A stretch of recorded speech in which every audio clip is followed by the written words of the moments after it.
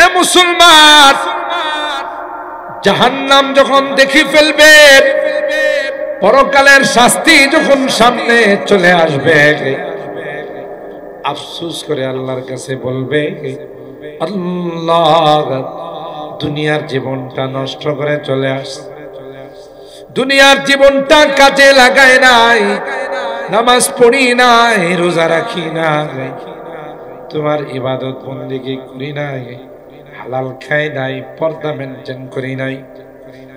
আজকে বুঝতে পারছি রে, জীবনটা বড় নষ্ট করে চলে আসলো। এ মালিক, আমাকে কি দ্বিতীয়বার পাঠানো যায় কিনা? আমি আবার দুনিয়াতে যাইতে চাই, দয়া করে আমাকে দুনিয়াতে পাঠাও, সামান্য দিনের জন্য পাঠাও। আখিরনা ইলা আজালিন করিব, ये लुत्फ जिंदगी में बार बार आया नहीं करते, ये लुत्फ जिंदगी में बार बार आया नहीं करते, बार बार आया नहीं करते। দ্বিতীয়বার আসার আর কোনো চান্স নাই।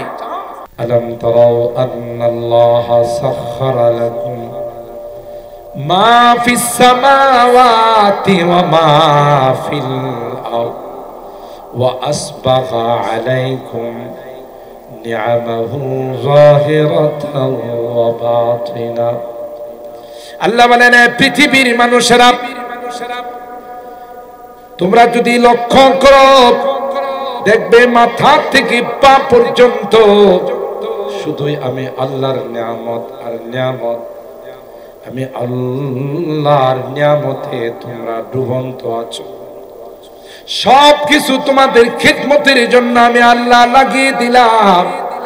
সবাই তোমাদের খিদমত করে যাচ্ছে গো, আর আমি আল্লাহ তোমাদেরকে হুকুম দিলাম, তোমরা আমি আল্লাহর খিদমত করবে। সাখখারা লাক, সাখখারা মানে হলো ফ্রি সার্ভিস দাও। সাখখারা ইউসাখখিরু তাসখীর, তোমাদের ফ্রি সার্ভিস দিয়ে। সূর্য কোনদিন আলো দেয়া, বিদ্যুৎ দেয়া আমার আপনার কাছে বিল চাইছে? কথা বল না। সকালবেলা যে সূর্য উদিত হয়, সন্ধ্যা পর্যন্ত সার্ভিস আলো দেয়। কোনদিন কি সূর্যের বিদ্যুতের জন্য আমার আপনার বাড়িতে বিলের কাগজ আসছে? আমাদের যে পল্লবী, পিডিবি, আমাদের কি পল্লী বিদ্যুৎ, পিডিবি, ডেস্কো, আরো যত কোম্পানি থেকে আমাদের বিদ্যুৎ দিচ্ছে, মাস শেষ হলে বিদ্যুতের বিল আসে না? আসে না। আল্লাহ বলেন, গোলাম, দিনের বেলায় সারা দিন সূর্য তোমার খিদমত করলো, রাত্রের বেলায় চন্দ্র তোমার খিদমত করলো। কোন সময় খিদমতে কোন রকমের কোন ব্যাঘাত ঘটায় না, কোন বিরতি দেয় না, কোন রকমের হরতাল অবরোধ করে না। আমি তো গোলাম তোমাকে বানাইলাম, তোমার খিদমতের জন্য সব কিছু সৃষ্টি করলাম। আমি তোমাকে জানাই দিলাম, আমার জন্য তুমি 10টা মিনিট বরাদ্দ করো। গোটা দিনের মধ্যে 24 ঘন্টার মধ্যে মুয়াজ্জিন সাহেব আমার পক্ষ থেকে তোমাকে আহ্বান করবে, হাইয়া আলাস সালাত, নামাজের দিকে আসো। আমার কুদরতি পায়ে সিজদা দিয়ে যাও। এই নাফরমান গোটা 24 ঘন্টা থেকে আমার জন্য তুমি 1-1.5 ঘন্টা সময় বাহির করতে রাজি নও। বারাকাল্লাহু লানা ওয়া লাকুম ফিল কুরআনিল আযীম ওয়া নাফা'না ওয়া ইয়্যাকুম বিল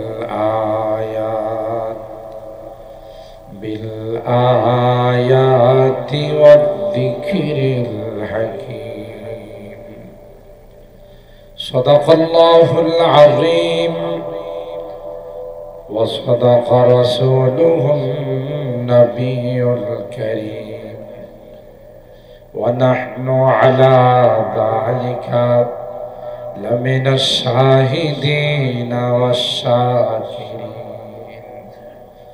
والحمد لله رب العالمين. সবাই দরুদ শরীফ পড়ুন। اللهم صل على محمد وعلى آل محمد كما صليت على إبراهيم وعلى آل إبراهيم إنك حميد مجيد. اللهم بارك على محمد وعلى آل محمد كما باركت على إبراهيم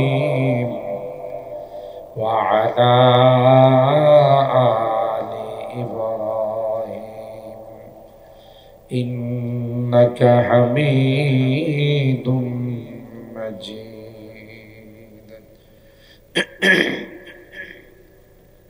আলহামদুলিল্লাহ সুম্মা আলহামদুলিল্লাহ।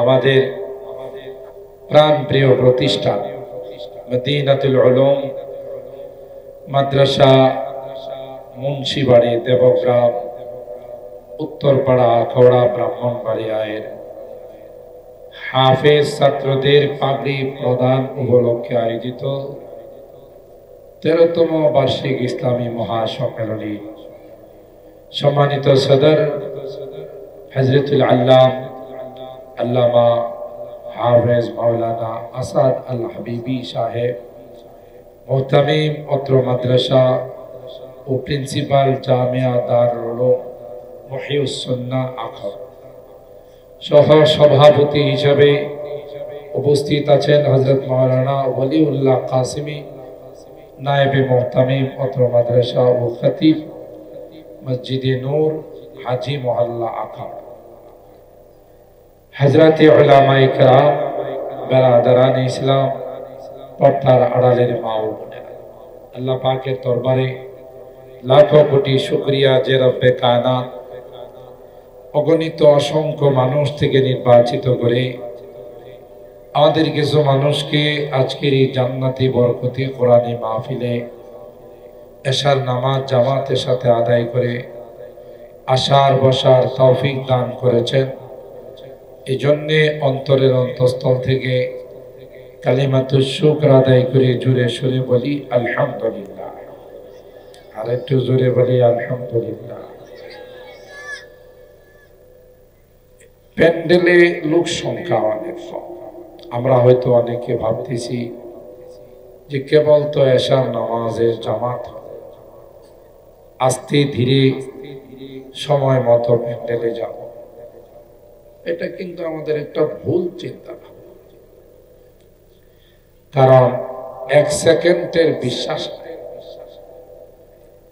কখন যে আমার আপনার সামনে মালাকুল মউত চলে আসবে, কখন যে ডাক চলে আসবে তার কোনো গ্যারান্টি নেই। ইযা আসবাহতা ফালা তানতাযিরিল মাসা ওয়া ইযা আমসাইতা ফালা তানতাযিরিস সাবাহ। হযরত আবু হুরায়রা রাদিয়াল্লাহু তাআলা আনহু কে আল্লাহর হাবিব বলেন, আবু হুরায়রা সকাল হলে সন্ধ্যার আশা করে, সন্ধ্যা হলে সকালের আশা। এমনকি একদিকে সালাম ফিরাইছ, আরেক দিকে ফিরাইতে পারবা কিনা তারও কোনো গ্যারান্টি বলেন আছে? আমাদের জীবনটা বড় সংকীর্ণ, খুব ছোট একটি জীবনের মাঝে, কিন্তু দাম অনেক বেশি। হায়াত যদিও আমরা কম পেয়েছি, কম হায়াতের মালিক, কিন্তু এই কম হায়াতের দাম বেশি না কম? অনেক বেশি। এই ছোট্ট একটি হায়াতে আমরা বিশাল জান্নাতের মালিক হতে পারি। সুবহানাল্লাহ, বিশাল মর্যাদার মালিক। গোটা বিশ্বের কোন উম্মতকে আল্লাহ শ্রেষ্ঠত্বের মর্যাদা দেন নাই, অথচ এরা হাজার হাজার বছর হায়াত পেয়েছে, ঠিক না? হাজার হাজার বছর হায়াত পেয়েছে, কিন্তু আল্লাহ তাদেরকে শ্রেষ্ঠত্বের মর্যাদা দেন। কোরআনে কারীমের মাধ্যমে আমাদেরকে আল্লাহ শ্রেষ্ঠত্বের মর্যাদা দিয়েছেন। কুনতুম খায়রা উম্মাতিন উখরিজাত লিন-নাস, আল্লাহ বলেন তোমরা হলে শ্রেষ্ঠ। এই শ্রেষ্ঠত্বের মর্যাদা আল্লাহ আমাদের নসিব করেছেন, কাউকে দেন। আমাদেরকে আল্লাহর আদালতে রাজ সাক্ষী বানান। وكذلك جعلناكم أمة وسطا أي خيارا عدولا, যে তোমাদেরকে আমি আল্লাহ সবচেয়ে শ্রেষ্ঠ উম্মত বানাইলাম, তোমরা মধ্যপন্থী উম্মত, তোমাদের মধ্যে কোনো বাড়াবাড়িও নাই, সারাসারিও নাই, ঠিক কিনা বলে? আল্লাহ আমাদের এই মর্যাদা দান করছে। এই যে মর্যাদা আল্লাহ আমাদেরকে দিয়েছেন, শ্রেষ্ঠত্বের মর্যাদা আমাদেরকে নসিব করেছেন, এটা আল্লাহর অনেক বড় অনুগ্রহ, দয়া, মেহেরবানি। হাদিসের মধ্যে আসে উম্মতে মুহাম্মাদি যতক্ষণ পর্যন্ত জান্নাতে প্রবেশ না করবে, অন্যান্য উম্মতের জান্নাতে যাওয়ার অনুমতি মিলবে না। সুবহানাল্লাহ বলবেন না? তারা যেতে পারবে না যতক্ষণ পর্যন্ত আমরা জান্নাতে না যাব।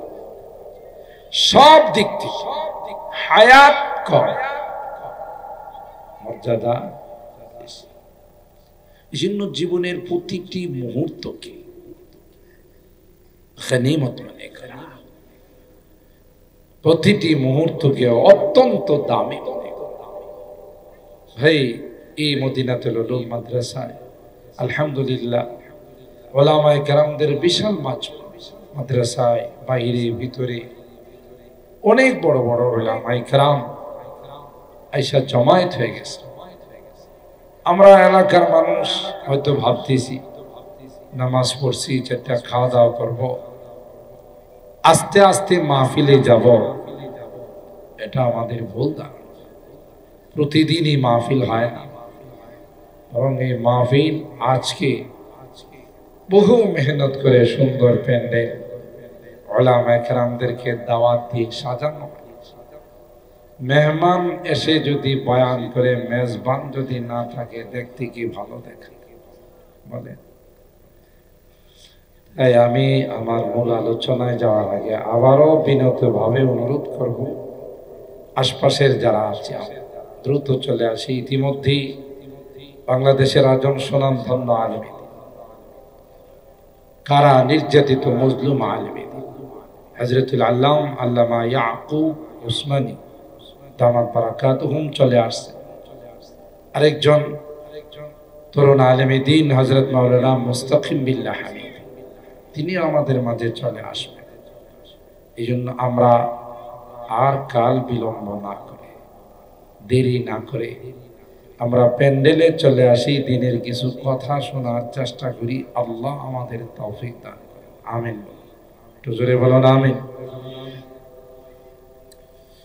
আমি আপনাদের খিদমতে কোরআনুল কারীমের সূরা আল হজ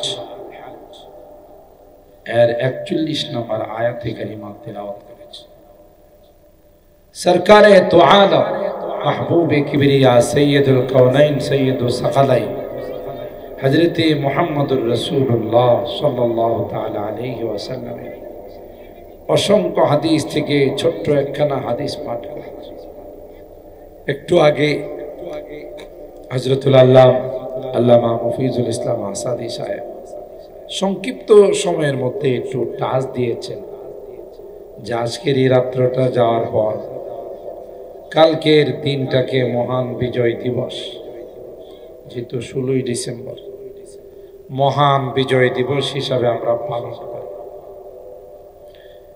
তো আমরা মনে করি এই বিজয়, স্বাধীনতা, মাতৃভাষা এগুলো জাতীয় দিবস। এগুলো সম্পর্কে কোরআন সুন্নাহয় কোনো বর্ণনা নাই, আলোচনা নাই। এটা একটা গলত, ভুল ধারণা। এমন কোন জিনিস নাই যার আলোচনা আল্লাহ কোরআনে করেন নাই। সুবহানাল্লাহ।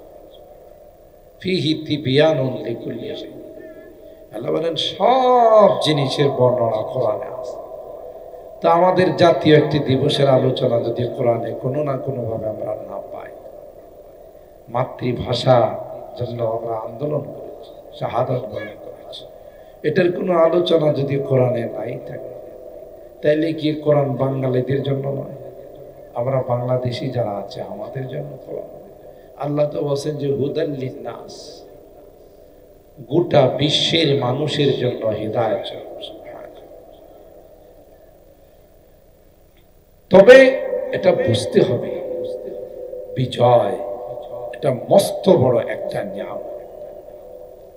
পৃথিবীর বহু জাতি যুগ যুগ ধরে স্বাধীনতার জন্য, বিজয়ের জন্য সংগ্রাম করে যাচ্ছে, যুদ্ধ চালিয়ে যাচ্ছে, কিন্তু তাদের এই নিয়ামত অর্জন হচ্ছে না, হাসিল হচ্ছে না। মাত্র 9 মাসের সংগ্রামে, স্বাধীনতা যুদ্ধে আমাদের বিজয়ের নিয়ামত অর্জন হয়েছে।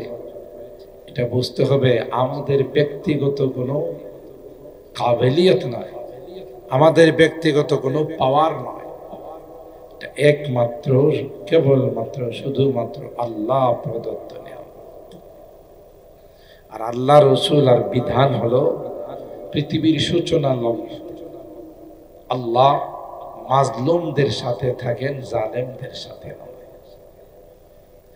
যে রিসেন্টলি যে স্বাধীনতা অর্জন হলো, তাই না, নতুন প্রেক্ষাপট পরিবর্তন। আগে তো 71-এর স্বাধীনতা, এখন আরেকটা 24-এর স্বাধীনতা, ঠিক না? এটার মধ্যেও কিন্তু আল্লাহর রহমত আছে। নাইলে এই স্কুলের ছাত্ররা যদিও তাদের সাথে আম জনতা শরীক হয়েছে, তো এত অল্প দিনের 15 দিনের সংগ্রামে এই নতুন স্বাধীনতা আসার কথা নয়। 15 বছরের যে একটা শক্ত অবস্থান, 15 দিনে এটা নড়াবেড়ে হওয়ার কথা নয়। কার দয়া? এখানেও জুলুম, জালেম আর মাজলুমের বিষয় আছে, ঠিক বললাম? আল্লাহ রব্বুল আলামিন আমাদেরকে ওই স্বাধীনতা, ওই বিজয় তিনি বিশেষভাবে দয়া করে আমাদেরকে দান করেছেন। আর আল্লাহর পক্ষ থেকে কোন নিয়ামত প্রাপ্ত হলে এটার শুকরিয়া আদায় করতে হবে। কোরআনে কারীমে সূরা ইব্রাহিম 7 নম্বর আয়াতে আল্লাহ বলেন, লা ইন শাকারতুম লা আযীদান্না ওয়া লা ইন কাফারতুম ইন্না আযাবি লাশাদীদ। তোমরা যদি আমার নিয়ামতের শুকরিয়া আদায় করো, লা আযীদান্না, অবশ্যই অবশ্যই তোমাদেরকে নিয়ামত বাড়িয়ে দেব। আর যদি উল্টোটা করো, বিপরীত দিকটা যদি করো, নাশুকরি করো, অকৃতজ্ঞ হও, নাফরমানি করো, তাইলে নিয়ামত বৃদ্ধি করা তো দূরের কথা, যা আছে তাও থাকবে। ওয়ালা ইন কাফারতুম ইন্না আযাবি লাশাদীদ। প্রত্যেকটা নিয়ামত, আমরা তো আল্লাহর নিয়ামতে ডুবন্ত, ঠিক না? আলম তারাউ আন্নাল্লাহা সাখখারা লাকুম মা ফিস সামাওয়াতি ওয়া মা ফিল আরদ ওয়া আসবাগা আলাইকুম নি'আমাহু যাহিরাতাও ওয়া বাতিনা। আল্লাহ বলেন, পৃথিবীর মানুষেরা, তোমরা যদি লক্ষ্য করো দেখবে মাথা থেকে পা পর্যন্ত শুধুই আমি আল্লাহর নিয়ামত আর নিয়ামত। আমি আল্লাহর নিয়ামতে তোমরা ডুবন্ত আছো। সবকিছু তোমাদের খিদমতের জন্য আমি আল্লাহ লাগিয়ে দিলাম। সবাই তোমাদের খেদমত করে যাচ্ছে গো, আর আমি আল্লাহ তোমাদেরকে হুকুম দিলাম তোমরা আমি আল্লাহর খেদমত করবে। সাখখারা লাক, সাখখারা মানে হলো ফ্রি সার্ভিস। সাখখারা ইউসাখখিরু তাসখির, তোমাদের ফ্রি সার্ভিস দিয়ে। সূর্য কোনদিন আলো দিয়া বিদ্যুৎ দিয়া আমার আপনার কাছে বিল চাইছে? কথা বলে না। সকালবেলা যে সূর্য উদিত হয় সন্ধ্যা পর্যন্ত সার্ভিস আলো দেয়। কোনদিন কি সূর্যের বিদ্যুতের জন্য আমার আপনার বাড়িতে বিলের কাগজ আসছে?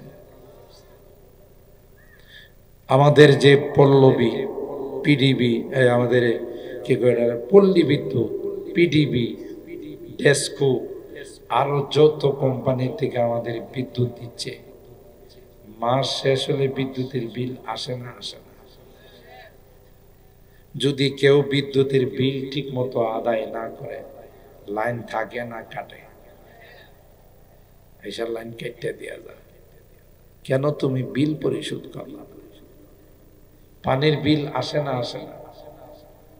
আমরা তো গ্রামগঞ্জে হয়তো নিজস্ব মেশিন দিয়ে পানি ওঠাই, কিন্তু ঢাকা শহরে বা বিভিন্ন মহানগরীতে বর্ষার থেকে পানির বিল আসে।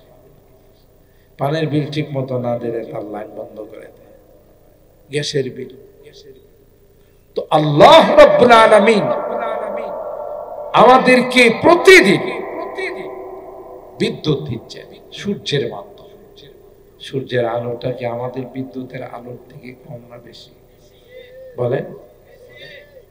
সূর্য যখন উঠে যায় তখন বিশাল পাওয়ারফুল লাইটও যদি কেউ লাগায়, এটাকে আলো দিব? সূর্যের সামনে তার কোনো ইয়ে নাই, অবস্থান নাই।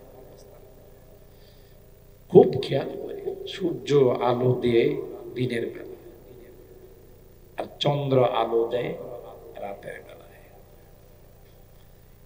আর একটার আলো আর একটার আলো দুইটা যদি না লাগে, চন্দ্র সূর্যের আলো যদি ফল ফসলে না লাগে, এই ফল ফসল বড় হবে না, কালার আসবে না, মিষ্টি আসবে না, স্বাদ আসবে না। বৈজ্ঞানিকরা বলেন দিনের বেলায় সূর্যের আলো লাগার কারণে এগুলো বড় হয়, ডুমিল হয়, হৃষ্টপুষ্ট হয়। আপনি ফসল বলেন আর ফল আদি বলেন। আর রাত্রির বেলায় চন্দ্রের আলো পাওয়ার পর তার মধ্যে কালার আসে, স্বাদ আসে। কাঁঠালের মধ্যে কাঁঠাল, আমের মধ্যে আম, জামের মধ্যে জাম, লিচুর মধ্যে লিচু, কলার মধ্যে কলা। আশ্চর্যের বিষয় হলো চন্দ্রের আলো কিন্তু একটা, ঠিক না? চন্দ্রের আলো একটা, কালার কি একটা হয় না? কোটি কোটি কালার হয়। এটা হলো সবচাইতে বড় আশ্চর্য।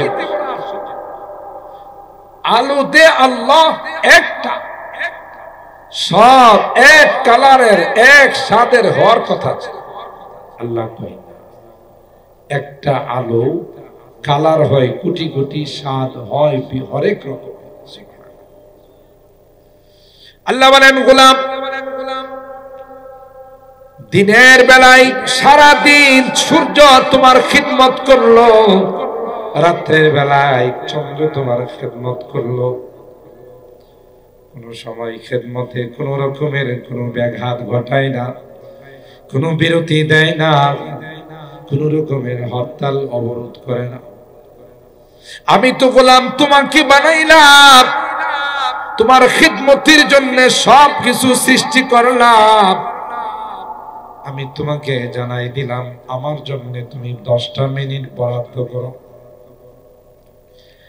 গোটা দিনের মধ্যে 24 ঘন্টার মধ্যে মুয়াজ্জিন সাহেব আমার পক্ষ থেকে তোমাকে আহ্বান করবে, হাইয়া আলাস সালাত, নামাজের দিকে আসো। আমার কুদরতি পায়ে সিজদা দিয়ে যাও, এই নাফরমান গোটা 24 ঘন্টা থেকে আমার জন্য তুমি 1-1.5 ঘন্টা সময় বাহির করতে রাজি নও, ঠিক না?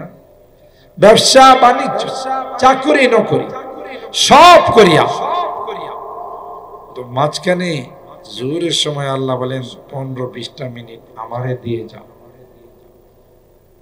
আমার কুদরতি পায়ে সেজদা দিয়ে যাও। কয়জন আমরা আল্লাহর এই গোলামিটা করি বলুন তো? আপনাদের আখাউড়া এলাকায়, এই এলাকায় কয়জন নামাজ পড়ে আর কয়জন নামাজ পড়ে? নামাজির সংখ্যা বেশি না কম বলেন? শতকরা কয় পার্সেন্ট মানুষ নামাজ পড়ে? 50, অর্ধেক, 40, 30। হিসাব করলে দেখা যাবে 10% মানুষ, 5% মানুষও নামাজ পড়ে। মসজিদে গেলে তো মনে হয় গোটা এলাকার মানুষ বোধ মসজিদে চলে আসছে, কিন্তু আপনি বাইরে গিয়ে দেখেন কত মানুষ বেনামাজ। তো নামাজ আল্লাহ বলেন সবচাইতে বড় ইবাদত এই নামাজ। তোমরা নামাজের মাধ্যমে আমার গোলামি প্রকাশ করবে, এই ইবাদতের মাধ্যমে তোমরা আমার কাছে অবনত হবে, কিন্তু এই কাজটুকু তোমরা করতে রাজি নও। কথা বলেন ঠিক কিনা? অথচ অক্সিজেন তোমার ফ্রি, বিদ্যুৎ ফ্রি, পানি ফ্রি, তোমার যা সব কিছু আমি আল্লাহ ফ্রি ফ্রি দিয়ে যাচ্ছি, তুমি আমার জন্য একটু সময় বরাদ্দ করতে পারো না? তোমার মতো নিমুখ খারাপ আল্লাহর জমিনে দ্বিতীয় কেউ নাই, ঠিক বললাম? মোহতারাম হাজিরিন, এই জীবনটা বড় দামি, হায়াতটা বড়, এটাকে নষ্ট করে পুঁজি লসের মধ্যে ফেলায়া কেউ যখন দুনিয়ার থেকে যাবে তখন সে হাই হতাশ আফসোস করে, রব্বানা আখিরনা ইলা আজালিন করিব নুজিব দাওয়াতাকা ওয়া নাত্তাবি'ir রাসূল আওয়ালাম তাকুনু আকসামতুম মিন ক্বাবলু মা লাকুম মিন যাওয়াল। এ মুসলমান, জাহান্নাম যখন দেখি ফেলবে, পরকালের শাস্তি যখন সামনে চলে আসবে, আফসোস করে আল্লাহর কাছে বলবে, আল্লাহ দুনিয়ার জীবনটা নষ্ট করে চলে আসছে, দুনিয়ার জীবনটা কাজে লাগায় নাই, নামাজ পড়ি নাই, রোজা রাখি নাই, তোমার ইবাদত বন্দেগী করি নাই, হালাল খাই নাই, পর্দা মেনটেন করি নাই। আজকে বুঝতে পারছি রে, জীবনটা বড় নষ্ট করে চলে আসলো। এ মালিক, আমাকে কি দ্বিতীয়বার পাঠানো যায় কিনা? আমি আবার দুনিয়াতে যাইতে চাই, দয়া করে আমাকে দুনিয়াতে পাঠাও, সামান্য দিনের জন্য পাঠাও। আখিরনা ইলা আজালিন করিব, সামান্য সময় কি করবা? নুজিব দাওয়াতাকা ওয়া নাত্তাবি'ir রাসূল, তোমার প্রত্যেকটা হুকুম আহকাম আমি মেনে চলব, তোমার নবীর ইত্তিবা করব, সুন্নতকে অনুসরণ করব, আমি একজন নেককার দিনদার হয়ে আসব। কি বলেন? দ্বিতীয়বার কি আসার সুযোগ হবে? ও ভাই বলে, দ্বিতীয়বার এই পৃথিবীতে আসার কোন সুযোগ?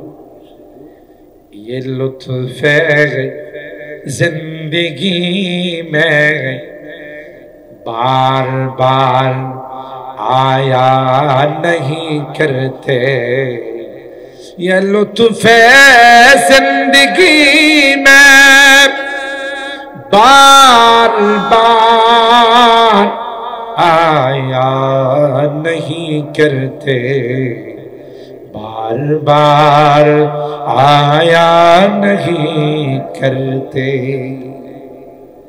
দ্বিতীয় বার আসার আর কোনো চান্স নাই। ওয়ান টাইম লা ইয়াযুকুনা ফিহা আল মাউতা ইল্লা আল মাউতাতাল উলা আও আকাহুম আযাবাল জাহিম। বুদ্ধিমান বিচক্ষণ ওই ব্যক্তি যে ব্যক্তি তার জীবনটারে কাজে লাগায়, জীবনের প্রত্যেকটি মুহূর্তকে হিসাব করে করে আল্লাহর সন্তুষ্টির মধ্যে কাটায়। কথা বলেন ঠিক কিনা? মোহতারাম, তাই আল্লাহ বলেন নিয়ামতের শুকরিয়া আদায় করো।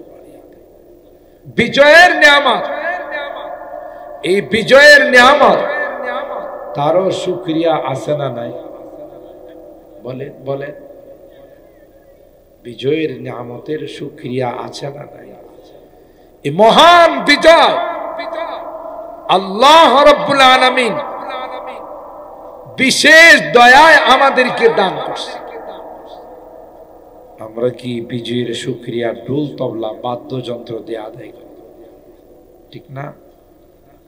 বিজয়ের দিবস আসলে বিভিন্ন অনুষ্ঠান, গান বাজনা, বাদ্যযন্ত্র, আরো কত রকমের আমাদের আনুষ্ঠানিকতা।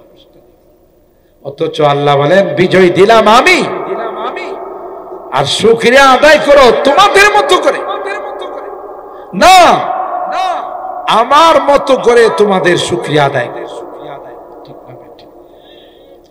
এই শুকরিয়া কি তারই বর্ণনা আল্লাহ এই আয়াতে কারিমায়। আল্লাযীনা ইম্মাক্কান্নাহুম ফিল আরদ, যারা পৃথিবীর ক্ষমতার মালিক, যারা বসবে, রাষ্ট্রীয় ক্ষমতায় যারা আসবে, তাদের কাজ হলো প্রথম ধাপ, প্রথম কাজ হলো আকামুস সালাহ। কথাগুলো একটু ভালো করে শুনে। আল্লাহ বলেন আকামুস সালাহ, যারা রাষ্ট্রীয় ক্ষমতায় থাকবে, ক্ষমতার আসনে যারা বসবে, তাদের প্রথম ধাপ হবে আকামুস সালাহ, নামাজ কায়েম করা। রাষ্ট্রীয়ভাবে আইন করে রাষ্ট্রের নাগরিকদেরকে, যারা মুসলিম নাগরিক, তাদেরকে নামাজের জন্য বাধ্য করা। কথা কি আমার বুঝতেছে?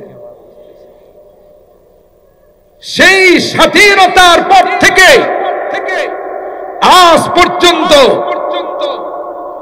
কেউ এই দায়িত্ব পালন করায় না। কথা বলেন ঠিক কি? করছে কেউ? এইভাবে কমাইছো কেন?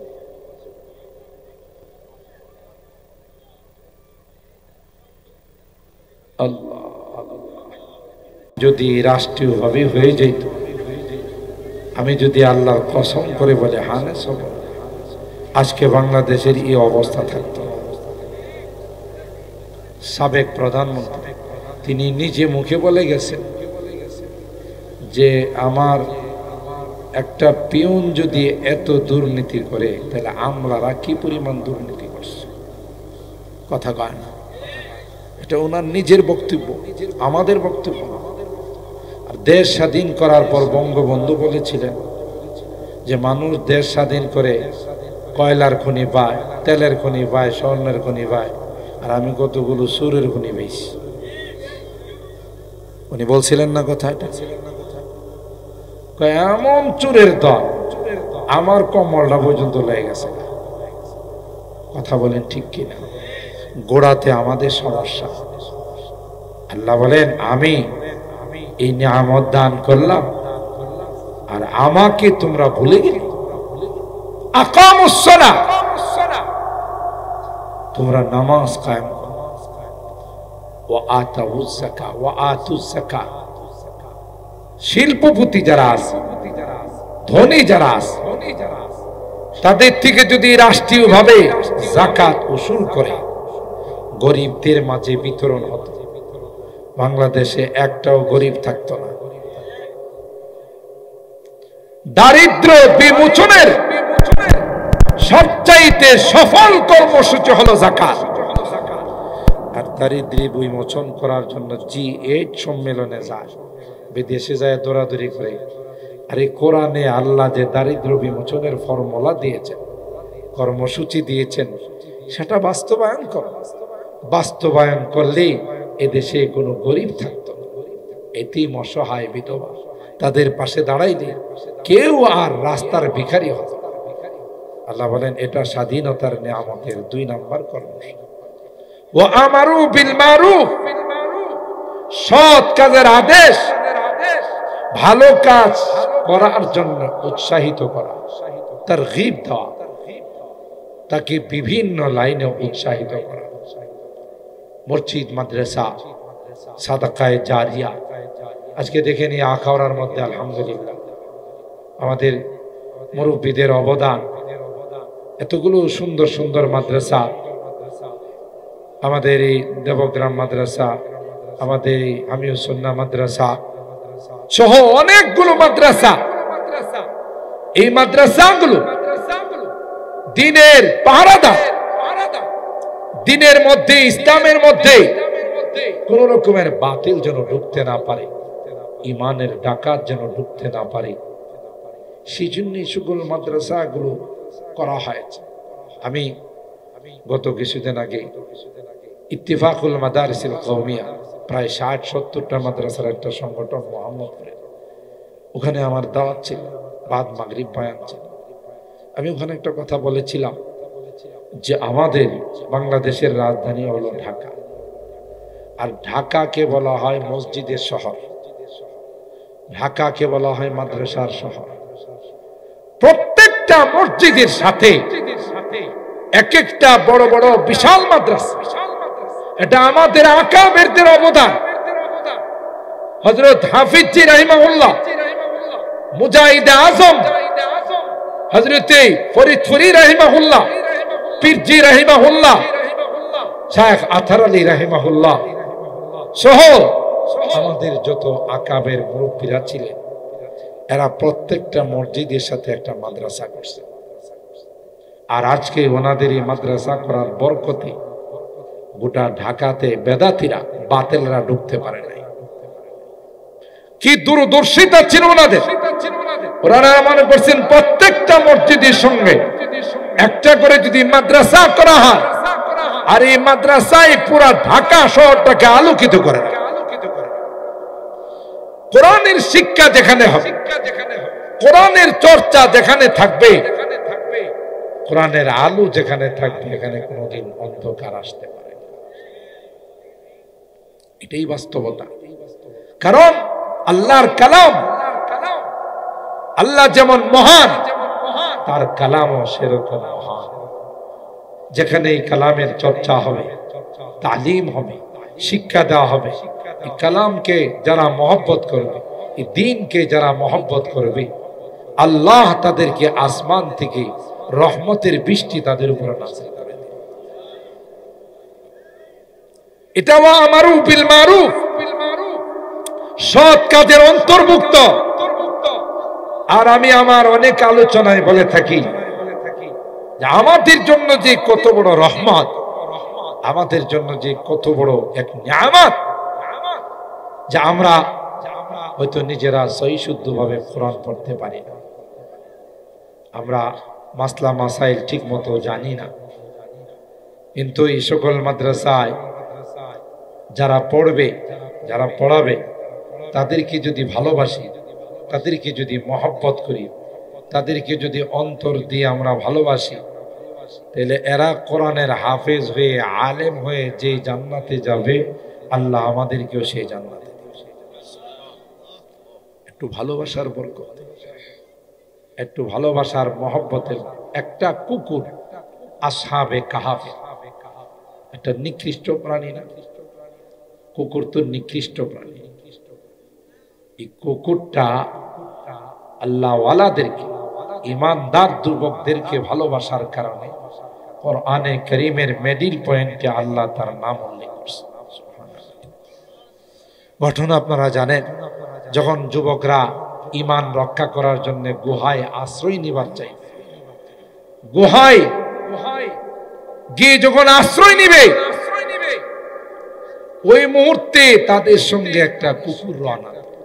আমি শর্ট করে শুধু কাটসাট করে বলে যাচ্ছি। তখন যুবকরা জিজ্ঞাসা করলো কুকুরকে, আমরা তো যাচ্ছি ঈমান রক্ষা করার জন্য, তুমি আমাদের সঙ্গে কি উদ্দেশ্যে যাইতেছ? তাফসীরের কিতাব খুলে দেখুন, আল্লাহ তাআলা ওই কুকুরের জবান খুলে দিয়েছে। একটু জোরে সুবহানাল্লাহ। আমার উহিব্বু আহবাবাল্লাহ, কুকুরটা ডাক দেয়া কয়, নিঃসন্দেহে তোমরা আল্লাহর ওলি, ঈমান রক্ষা করার জন্য গুহার মধ্যে তোমরা আশ্রয় নেবা। সুতরাং তোমরা আল্লাহর ওলি, তার মধ্যে কোনো সন্দেহ নাই। তোমরা যখন গুহার মধ্যে শুয়ে বিশ্রাম করবে, তোমাদের পাহারাদারির জন্য আমি গুহার মাথায় বসে থাকি। তোমরা ঘুমাবে আর আমি ওখানে বসে বসে তোমাদের পাহারাদারি করব, কারণ তোমরা আল্লাহর ওলি, তার মধ্যে কোনো সন্দেহ নাই। তাই তোমরা ওখানে গিয়ে আরাম করবা, আর গেটম্যানের দায়িত্ব আমি পালন করব। ওয়া কালবুহুম বাসিতুন যিরাইহি বিল ওয়াসিদ লাউ ইত্তালাতা আলাইহিম লাওয়াল্লাইতা মিনহুম ফিরারা ওয়ালা মুলিতা মিনহুম রুবা। কোরআনে আল্লাহ তাআলা বলেন, ওয়া কালবুহুম বাসিতুন যিরাইহি বিল ওয়াসিদ, এই কুকুরটা দুইটা পা সামনের দিকে দিয়ে গুহার মাথায় বসে রয়েছে, কাউকে ওখানে ঢুকতে দেয় না। সুবহানাল্লাহ। একটা কুকুর নিকৃষ্টতম প্রাণী হয়ে আল্লাহ ওয়ালাদের, তাওহীদ ওয়ালাদেরকে ভালোবাসার কারণে আল্লাহ কোরআনে কারীমে বারবার তার কথা বলছেন। আমরা যদি এই কোরআনের পাখিদের, নাইবে রাসূলদের, ওয়ারাসাতুল আম্বিয়াদেরকে ভালোবাসি, তাইলে কি আল্লাহ এই কুকুরের থেকে আমাদের মর্যাদা কম দেবেন না বেশি? তার থেকেও আল্লাহ আমাদের মর্যাদা অনেক বৃদ্ধি করে দিবেন। শুধু আল্লাহ রাব্বুল আলামিন কোনো না কোনো বাহানায় বান্দাকে জান্নাত দেওয়ার অজুহাত তালাশ, বিভিন্ন রকমের বাহানা তালাশ, কিভাবে বান্দাকে জান্নাতে দেওয়া যায়। মুহতারাম হাজিরিন, তাই আমি নিজে কোরআন বিশুদ্ধভাবে পড়তে পারি নাই, আমার সন্তান কাউকে হাফেজ আলেম বানাইতে পারি নাই। বিভিন্ন এলাকা থেকে আমাদের এই মদিনাতুল উলুম মাদ্রাসায় যারা এখানে কোরআন পড়ার জন্য আসে, এক এক মার এক এক সন্তান, এক এক দেশ থেকে, এক এক এলাকা থেকে এখানে আসে। আমি যদি তাদেরকে কলব দিই, দিল দিয়ে, অন্তর দিয়ে মহব্বত করতে পারি, আল্লাহর কসম, এই সন্তান যখন জান্নাতে যাবে, আমাকে আপনাকে রেখে যাবে না, নিয়েই যাবে। সুবহানাল্লাহ। নিয়ে যাবে, বলবে আল্লাহ এদের অবদানে, এদের দয়ায় এরা আমাদের মাদ্রাসার প্রতি খেয়াল করছে, বিভিন্ন সুদৃষ্টি দিয়েছে। আজকে তাদের দয়ায় আমি হাফেজ হই, আমি আলেম হই, 2 লোকমা খাবারের ব্যবস্থা করছে, আমাদের বোনিংয়ের চাউলের ব্যবস্থা করছে, আমাদের সাথে সুসম্পর্ক রাখছে। তাদের কারণেই আজকে আমি হাফেজ হয়েছি, আলেম হয়েছি। বিধায় এদেরকে ছাড়া তোমার জান্নাতে যাব না। সুবহানাল্লাহ বলেন। মুহতারাম হাজিরিন, এমন সুযোগ কোনোদিন হাতছাড়া করা যায় না। এই সুযোগ যদি আমাদের হাতছাড়া হয়ে যায়, দুনিয়াও শেষ, পরকালও শেষ। আর এই সুযোগটা যদি হাত দিয়ে ধরে রাখা যায়, দুনিয়াতেও সফল, পরকালেও সফল। এই জন্য বিজয়ের নিয়ামতের এটাও একটা, ওয়া আমারু বিল মারুফ, ভালো কাজে একে অপরকে উৎসাহিত করা, ভালো কাজে একে অপরকে সহযোগিতা, আর খারাপ কাজ হলে এটাকে বারণ করা, সাধ্যমতো নিজের শক্তি অনুযায়ী খারাপ কাজ হতে না দেওয়া। যেইভাবে যার শক্তি আছে সেই শক্তি প্রয়োগ করে খারাপ কাজে, নিষেধ কাজে বাধার সৃষ্টি করা, এটাই হলো মূলত বিজয়ের নিয়ামতের শুকরিয়া। তার কোনোটাই আমাদের মাঝে নাই, না জাতীয়ভাবে আছে, না আঞ্চলিকভাবে আছে, না রাষ্ট্রীয়ভাবে আছে, না সামাজিকভাবে আছে, কোনোভাবেই আমাদের মাঝে নাই। আর না থাকার কারণেই আজকে কাঙ্ক্ষিত ফলাফল আমরা পাচ্ছি না। এতদিন হয়ে গেল, স্বাধীনতা অর্জন করলাম, এখনো আমাদের এই কাঙ্ক্ষিত ফলাফল আমাদের সামনে আসতেছে। কারণ আল্লাহ বলেন, নিয়ামতের শুকরিয়া আদায় না করলে নিয়ামত থাকবে না, নিয়ামত চলে যাবে। শুকরিয়া আদায় করলে নিয়ামতকে আমি বাড়িয়ে দেব। কথা বলেন ঠিক কিনা? মাল্লাম ইয়াশকুরিন নাস লাম ইয়াশকুরিল্লাহ। যারা মানুষের শুকরগুজার হয় না, এরা আল্লাহর শুকরিয়া আদায় করে। আচ্ছা বলুন তো দেখি, এই স্বাধীনতা যুদ্ধে যারা শাহাদত বরণ করেছেন, তাদের এই রক্তের বিনিময়ে আমরা স্বাধীনতা পেয়েছি। সাল্লাল্লাহু আলাইহি ওয়াসাল্লাম। মুহতারাম হাজিরিন, যারা মানুষের শুকরিয়া আদায় করে না, এরা আল্লাহর শুকরিয়া আদায় করে। আজকে যাদের অবদানে আমরা বিজয়ের মতো নিয়ামত পাইলাম, স্বাধীনতার মতো নিয়ামত পাইলাম, এরা কি বর্তমান দুনিয়াতে আছে না পরবারের বাসিন্দা? একটু কথা বলেন। কবরের জগতে চলে গেছে না? তাদের এই অবদানের শুকরিয়া কি গান বাজনা, বাদ্যযন্ত্র? এই মদিনাতুল উলুম মাদ্রাসা, দেবগ্রাম মাদ্রাসা, মহিউসুন্নাহ মাদ্রাসা, হামিউসুন্নাহ মাদ্রাসা, যত মাদ্রাসা আছে, আমরাও কিন্তু এই বিজয় দিবসে ক্লাস বন্ধ রাখি। কিন্তু বন্ধ রাখি আমরা কি করি জানেন?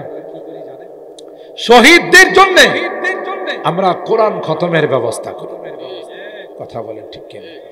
আমরা দোয়ার আয়োজন করি, কারণ যাদের এত অবদান, এখন যেই জগতে তারা আছে, কমপক্ষে 3 বার সূরা ইখলাস পড়ে, কুল হুয়াল্লাহ পড়েও যদি বিজয়ের দিনে তাদের রুহের মাগফিরাতের জন্য আল্লাহর কাছে দোয়া করা হয়, যে পরিমাণ খুশি হবে, গোটা বিশ্বের সব কিছু দিলেও সে পরিমাণ খুশি হবে।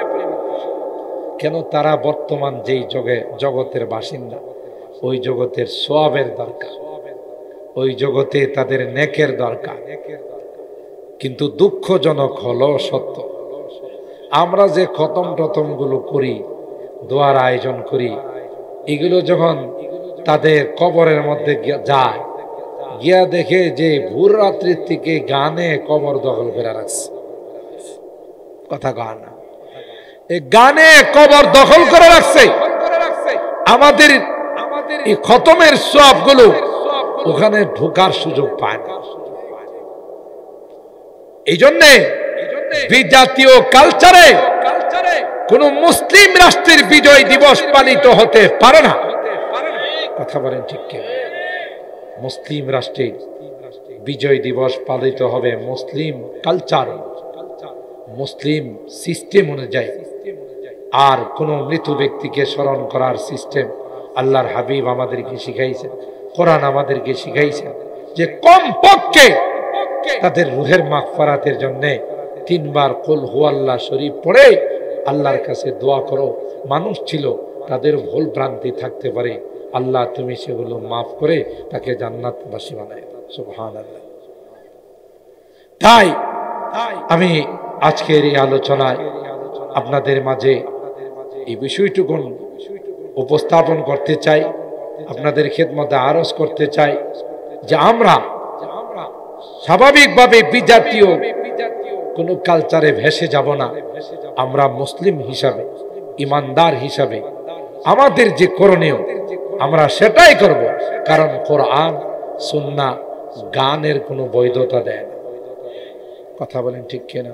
সেই যে গানই হোক, গান ইসলাম সমর্থন করে না। সূরা লুকমানের মধ্যে আল্লাহ স্পষ্টভাবে আয়াত নাযিল করে গানকে হারাম করে দিয়েছে। আমি তো অনেক বয়ানে বলি, আজকে গোটা দেশে যত রকমের ধর্ষণ হচ্ছে, ইফটিজিং হচ্ছে, যত রকমের অঘটন ঘটতেছে, এই সবগুলোর জন্য গান হলো দায়ী। গান যখন করা হয়, গানের যখন অনুষ্ঠান হয়, এর দ্বারা যারা গান শুনে তাদের মধ্যে প্রেম প্রীতি জাগ্রত হয়, আর এটাকে বাস্তবায়ন করতে গেলে ধর্ষণ হয়, জেনা হয়, ব্যভিচার হয়। এই জন্য একটা গানকে যদি রাষ্ট্রীয় আইনে হারাম করে দেওয়া হয়, যেমন কোরআনের আইনে হারাম করা আছে, টেকনাফ থেকে তেতুলিয়া, রূপসা থেকে পাটুরিয়া, কোথাও কোনো ধর্ষণ তো দূরের কথা, একটা ইফটিজিংয়ের ঘটনাও ঘটবে না। কথা বলেন ঠিক না বেটা? পর্দার বিধান যদি ফরজ করা হয়, যেমন কোরআনে করেছে, তাইলে কোথাও কোনো মেয়েকে তার শিক্ষালয়ে বিদ্যালয়ে পাঠায় কাউকে কোনো টেনশন করতে হবে। কথা বলেন ঠিক কিনা? কারণ কোরআনুল কারীমের সূরাতুল আযাবে 59 নম্বর আয়াতে আল্লাহ জানিয়ে দিয়েছেন যে পর্দা মেনটেন করে যারা বাহিরে যাবে, যে নারীরা, তাদের নিরাপত্তার জিম্মাদারকে। ও ভাই বলেন কে? আল্লাহ। মুহতারাম হাজরিন, আমাদের সামনে গাজী ইয়াকুব ওসমানী সাহেব, আমরা সবাই চিনি, আমাদের এলাকারই কৃতি সন্তান।